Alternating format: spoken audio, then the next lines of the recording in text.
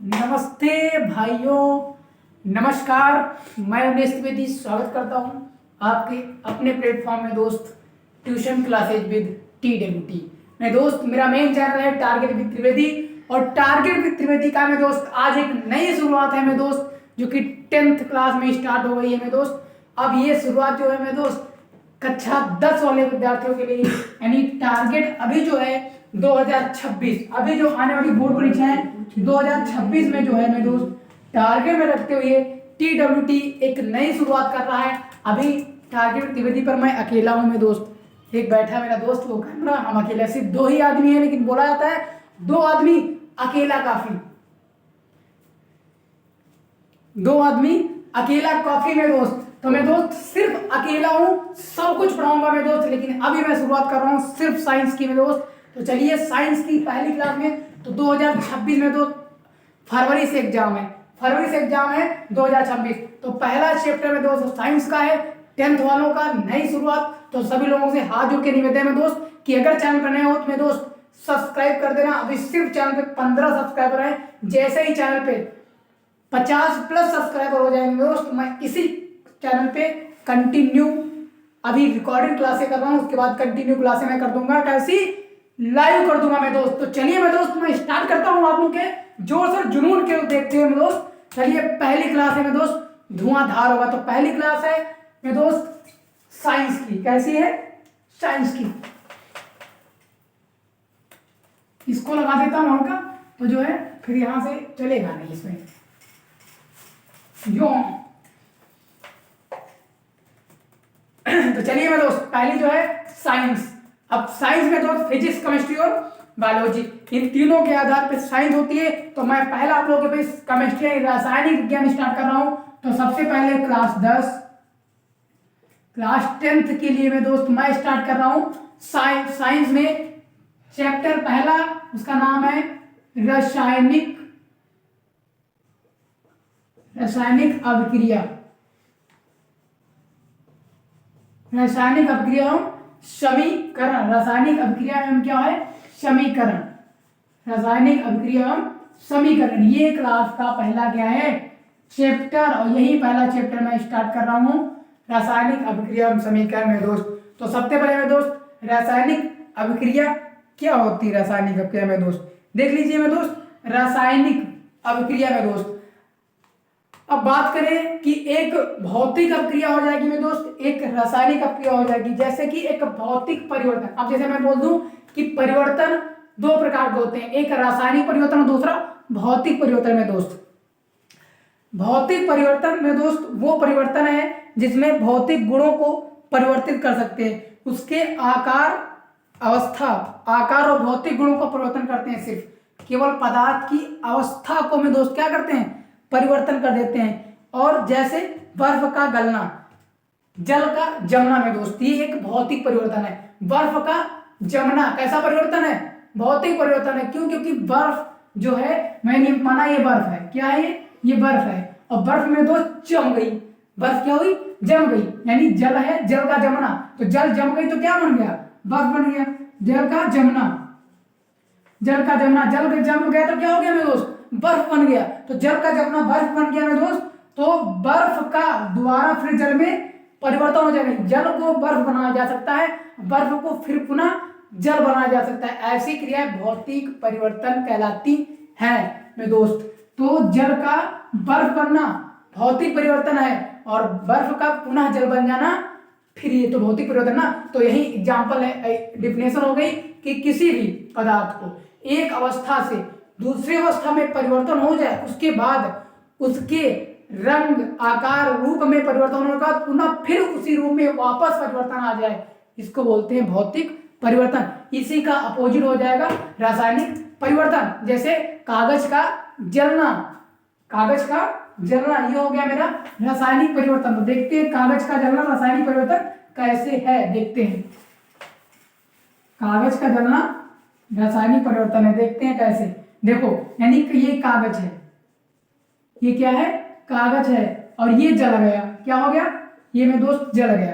कागज जल की क्या बन गया? राख बन गया। अब राख क्या पुनः कागज बना सकता है? नहीं बना सकता है। तो ऐसे परिवर्तन को हम बोल देंगे रासायनिक परिवर्तन। डिफिनेशन आप लोग एक बार समझ जाओगे, डिफिनेशन अपने आप लिख लोगे मेरे दोस्त। तो रासायनिक परिवर्तन ये हो गया मेरे दोस्त कि वे वस्तुएं, विभिन्न पदार्थों को जिनको हम रंग रूप आकार परिवर्तन कर देते हैं, उसके बाद पुनः उसी अवस्था में वापस नहीं आ सकते, ऐसे परिवर्तन को हम बोलते हैं रासायनिक परिवर्तन में दोस्त। एक बार भौतिक परिवर्तन, ऐसे पदार्थ जिनकी हम अवस्था रंग रूप को बदल के दोबारा पुनः फिर उसी रूप में एंट्री ले लें, उसको बोलते हैं भौतिक परिवर्तन। रासायनिक परिवर्तन जो एक बार पदार्थ चेंज हो गया उसके बाद दोबारा ना बने, जैसे कागज का जलना, ये हो गया हमारा रासायनिक परिवर्तन, ये हमारा हो गया रासायनिक परिवर्तन। दूध का फटना एक एग्जांपल बहुत अच्छा है, दूध का फटना में दोस्त बहुत अच्छा एग्जांपल पड़ा हुआ है, दूध का फटना। दूध का फटना भी क्या हुआ, रासायनिक परिवर्तन हुआ। क्यों? क्योंकि दूध फट के फिर पुनः दूध नहीं बनाया जा सकता है।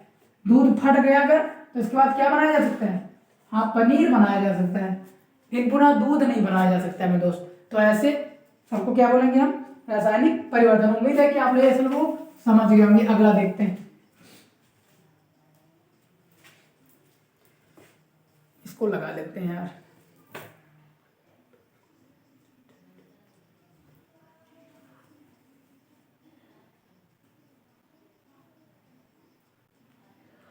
तुम्हारी क्लास चल रही है, पढ़ लो बैठ के थोड़ा, तुम गाना सुनने बैठे बैठे।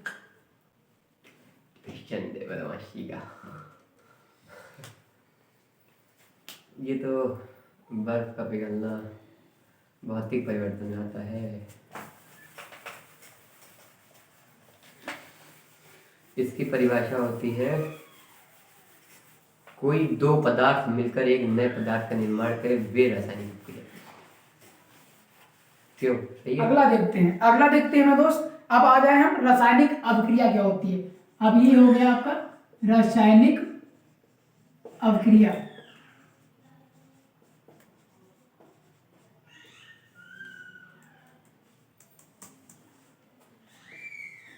रासायनिक अभिक्रिया क्या होती है, तो रासायनिक अभिक्रिया क्या होती है, देखो वह अभिक्रिया जिनमें एक या एक से अधिक पदार्थ परस्पर अभिक्रिया करके पुनः एक व्यवस्थित होकर एक नए पदार्थ का निर्माण करते हैं। यानी हम सीधी सी बात एग्जाम्पल समझते हैं, एग्जाम्पल एक बार हो जाएगा तो आपको क्या हो जाएगा, समझ में आ जाएगा। एग्जाम्पल पहला क्या है, एमजी। एमजे की क्रिया करवा रहा है, ये किससे करवा रहा है, ऑक्सीजन से करवा रहा है। किससे करवा रहा है, O2 से करवा रहा है। एमजी की क्रिया किससे करवा रहा है, O2 से करवा रहा है। तो एमजी हो गया क्या, मैग्नीशियम। क्या हो गया, मैग्नीशियम। एमजी की क्रिया किससे करवा रहा है, ऑक्सीजन से करवा रहा है। तो एमजी की क्रिया किससे करवा रहा है, ऑक्सीजन से करवा रहा है। एमजी की क्रिया ऑक्सीजन से करवा दिया तो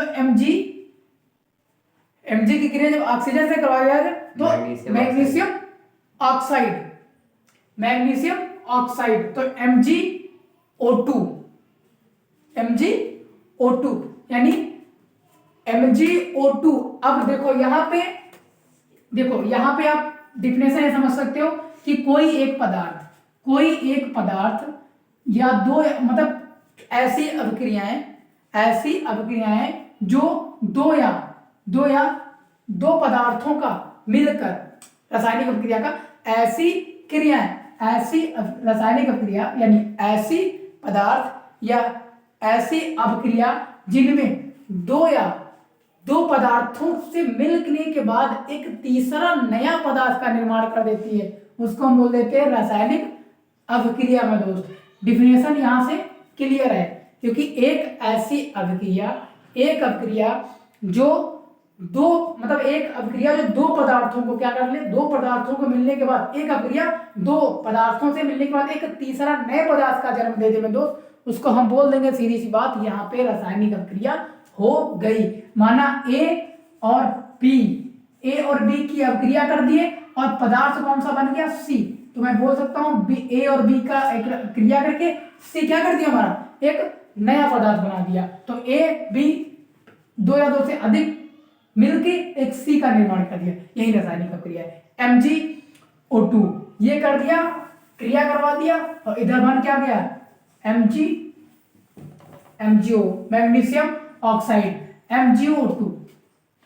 अब देखो मैग्नीशियम ऑक्साइड MgO2 कर देंगे तो ऑक्साइड तो हो नहीं पाएगा, तो O2 क्या करें, तो यहाँ पे बैलेंसिंग करेंगे। इसके बाद मैं ये भी बताऊंगा कि रासायनिक समीकरण को संतुलित करना कैसे मैनेज कर पाएंगे, कैसे हम संतुलित कर पाएंगे। यानी जैसे कि तराजू होता है, एक तराजू ऐसे होता है, तो एक पे 1 किलो रख दो, एक पे 2 किलो रख दो, तो ऐसे हो जाएगा। तो रासायनिक अभिक्रिया को संतुलित करना एक ये भी आ जाएगा यहाँ से, तो संतुलित करेंगे हम ऐसे, तो रासायनिक अभिक्रिया ना तो इधर होगी जाता ना तो इधर, बैलेंसिंग बराबर करेंगे। तो Mg कितना 1 है, O कितना हो गया 2 हो गया, तो Mg कितना है 1, O तो अकेला बचा ना, तो कुछ ऐसा करो कि Mg भी हो जाए और 2 भी 1 हो जाए। तो देखो यहाँ पे अगर 2 कर देंगे तो मैग्नीशियम ऑक्साइड तो होगा नहीं, तो हम यहाँ पे 2 कर देते हैं, तो Mg O तो 2 हो गया, देखो O 2 हो गया, लेकिन Mg भी क्या हो गया 2 हो गया, तो हम क्या करेंगे इसके पीछे भी 2 लगा देंगे, 2Mg + O2 बराबर, मैंने क्रिया करवा दी है, क्या बन गया मैग्नीशियम ऑक्साइड, इसका नाम है मैग्नीशियम ऑक्साइड। मैग्नीशियम ऑक्साइड, इसका नाम हम कर देंगे सीधा मैग्नीशियम ऑक्साइड। उसके बाद अब डिफिनेशन आप अपने तरह से लिख सकते हैं कि वे रासायनिक अभिक्रियाएं जो 2 या 2 से 2 पदार्थों से मिलकर एक तीसरा नए पदार्थ का निर्माण कर दे, रासायनिक अभिक्रियाएं कहलाती है। मैं दोस्त, रासायनिक अभिक्रियाओं की पहचान कैसे करेंगे, अवस्था में परिवर्तन। अब रासायनिक अभिक्रिया की पहचान कैसे करेंगे, कैसे जान पाएंगे कि ये रासायनिक अभिक्रिया यहाँ हुई है, देखो तो सीधी इसके बाद अगली जो आपकी हेडिंग आती है वो आती है रासायनिक अभिक्रिया की पहचान, अगली आती है रासायनिक अभिक्रिया की पहचान।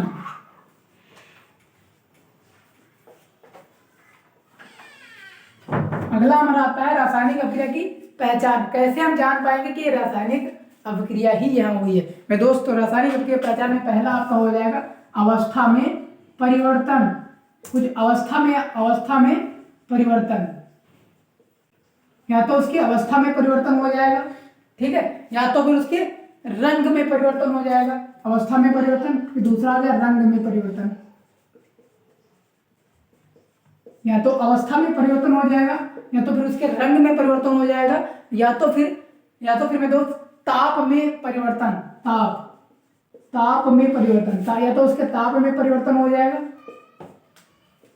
चौथा है आपके गैस में परिवर्तन, जैसे कि ठोस में है द्रवावस्था है, कोई गैस में परिवर्तन हो गई तो समझ जाएंगे कि ये रासायनिक अभिक्रिया हो गई है दोस्तों। यहाँ पे अगला हो जाएगा गैस में परिवर्तन, गैस में परिवर्तन, यानी अवस्था में परिवर्तन, रंग में परिवर्तन, ताप में परिवर्तन, या फिर गैस में परिवर्तन। किसी तरीके से हम समझ जाएंगे कि यहाँ पे क्या हुआ है, रासायनिक अभिक्रिया हुई है मेरे दोस्त। अब अगला क्वेश्चन आपके बीच में है मेरे दोस्त, रासायनिक समीकरण कैसे, केमिकल रिएक्शन, रासायनिक समीकरण देखते हैं। रासायनिक समीकरण क्या होता है, रासायनिक समीकरण देखते हैं क्या होता है, रासायनिक समीकरण, जो रासायनिक अभिक्रिया होती है वही सेम उसकी परिभाषा होती है। रासायनिक अभिक्रिया क्या होता है, रासायनिक समीकरण। एक एग्जाम्पल के माध्यम से हम इसको भी तुमको बताएंगे। तो एग्जाम्पल है CH4, यानी इसको हम क्या बोलते हैं, CH4 को मैथेन, क्या बोलते हैं इसको, मैथेन बोलते हैं इसको।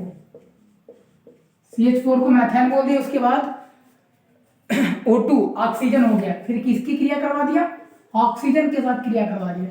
इसी को हम रासायनिक समीकरण, ध्यान रखना, जैसे कि रासायनिक अभिक्रिया है, रासायनिक अभिक्रिया कि 2 पदार्थ मिलकर किसी तीसरे पदार्थ का निर्माण करते हैं, क्या कर दिया, रासायनिक अभिक्रिया। ऐसे ही रासायनिक समीकरण है, कोई 2 पदार्थ किसी तीसरे पदार्थ का निर्माण कर दे, रासायनिक समीकरण कहलाते हैं। अब देखते हैं इधर रासायनिक समीकरण, O2 ऑक्सीजन हो गया, इसको बोलते हैं हम ऑक्सीजन, क्या बोलते हैं, ऑक्सीजन। ये मैथेन हो गया, ऑक्सीजन हो गया, इसकी हम क्रिया करवा दिए। तो देखो मैथेन की क्रिया किसकी करवा दी, ऑक्सीजन के साथ करवा दी। तो अब ये देखो CH4, CH4 है। अब मीथेन ऑक्साइड बनेगा ये। पहले क्या करेंगे, पहले हम ऐसा देख लेंगे कि कुछ ऐसी बैलेंसिंग मिल रही है कि जिसको हम तोड़ के बना सकते हैं, उसका कुछ नाम ही मिल जाए। ऐसा नहीं कि कुछ भी तोड़ दो, ऐसा तोड़ो कि जिसका नाम भी मिल जाए। तो CO2 कार्बन डाइऑक्साइड बन गया, यानी हमको लगता है कि शायद कार्बन डाइऑक्साइड हमको मिल जाए, क्योंकि CO2 कार्बन डाइऑक्साइड क्या करिए, ले लिए। और अलग H कितना हुआ, अकेले हुआ, H तो 4 है। हाँ। और H अकेले बचा। अब H4 कौन सी प्रकार सिंगल लिख देंगे, हाइड्रोजन। H4, तो इसका कोई नाम नहीं हुआ ना, क्योंकि हाइड्रोजन 4 हो गए। हाइड्रोजन H मान सकते हैं, H मान सकते हैं, लेकिन H4 इसका हम कोई नाम नहीं दे सकते। इसलिए यहाँ पे हम क्या करेंगे, यहाँ पे कुछ हम बैलेंसिंग जरूर कर लेंगे। बैलेंसिंग करने के लिए हम क्या करेंगे, CO2, O2 कितने हो गए, 2 हो गए। अब H2O, अगर O तो 2 हो गए, ओके, CH4O2 CO2, यानी C कितना है, C 1 है, C 1 हो गया। O कितने हैं, 2, O 2 हो गए, बचे कितने, 4 H4। H4 बचा है। तो कुछ ऐसा हम करें कि H4 भी हो जाए और हमें कोई एक पदार्थ भी मिल जाए, यानी हमें कुछ एक पदार्थ भी मिल जाए। तो हम क्या करेंगे, तो हम सबसे पहले ये करेंगे कि यहाँ पे अगर हम 2 लगा दें, 2O2, तो O जो है वो कितने मिल गए हमको, 2 और 2 ये कितने हो गए, 4 मिल गए हमको। 2 है, यानी हमारे पास अभी 1 बचा हुआ है ना। तो हम कर लेंगे, जैसे H ले लिए, H O और O, HO2, H2O जल, H2, यानी हमारा क्या हो गया, जल। जल मिल गया। अब देखो अभी और बैलेंसिंग करेंगे, हम बैलेंस को करना सिखाएंगे कि बैलेंस कैसे होगा। अब H2O, ठीक, उसके बाद अब क्या करेंगे, अब देखो H कितना हो गया, 2 हो गया, 2 और O2, 2 ये O2 हो गया और 2O2, यानी हमारा O2 क्या हो गया, O2 तो बराबर समान हो गया। अभी O2 कितने हैं, 2, और यहाँ कितने हैं, 2 2 ना 4, और ये हाइड्रोजन कितने हैं, हाइड्रोजन भी कितने हैं, 4। तो ये देखो CO2 हो गया, 2 हो गया CO2। तो यहाँ हम ऐसा कुछ कर देंगे कि TO2, तो यहाँ पे हम क्या कर देंगे, ऐसे कर देंगे 2H2O, क्या कर देंगे 2H2O, जिस तरीके से हमारा पूरा बैलेंसिंग बराबर हो जाएगा। समझ पा रहे, देखो अब हाइड्रोजन कितने हैं, 4, 2 इधर 2 इधर, कितने हो गए, 4। देखो इधर 2 इधर 2 इधर, कितने हो गए, 4। ये भी 4 हो गए ना, ये भी 4 हो गए। अब देखो इधर O2 कितने हैं, 2 दूना 4, O2 कितने हैं, 2, O2 कितने हैं, 2 ये हो गया, 2 ये हो गया, O2 कितने हैं, 4, C कितना है, 1, C ये हो गया। ऐसे हम क्या कर सकते हैं, इसका बैलेंसिंग निकाल सकते हैं। इसकी डिफिनेशन कुछ इस तरीके से है कि किसी रासायनिक अभिक्रिया का उसमें भाग लेने वाले पदार्थ क्रियात्मक या उत्पाद, यानी क्रियात्मक हम इसको बोल देंगे, जो क्रिया कर रहे होंगे उसको हम क्या बोल देंगे, क्रियात्मक, यानी एरो की जो इधर होगा उसको हम क्या बोल देंगे, क्रियात्मक, और जो हमको क्रिया करने का जो हमको मिल जाएगा उसको हम क्या बोल देंगे, उत्पाद।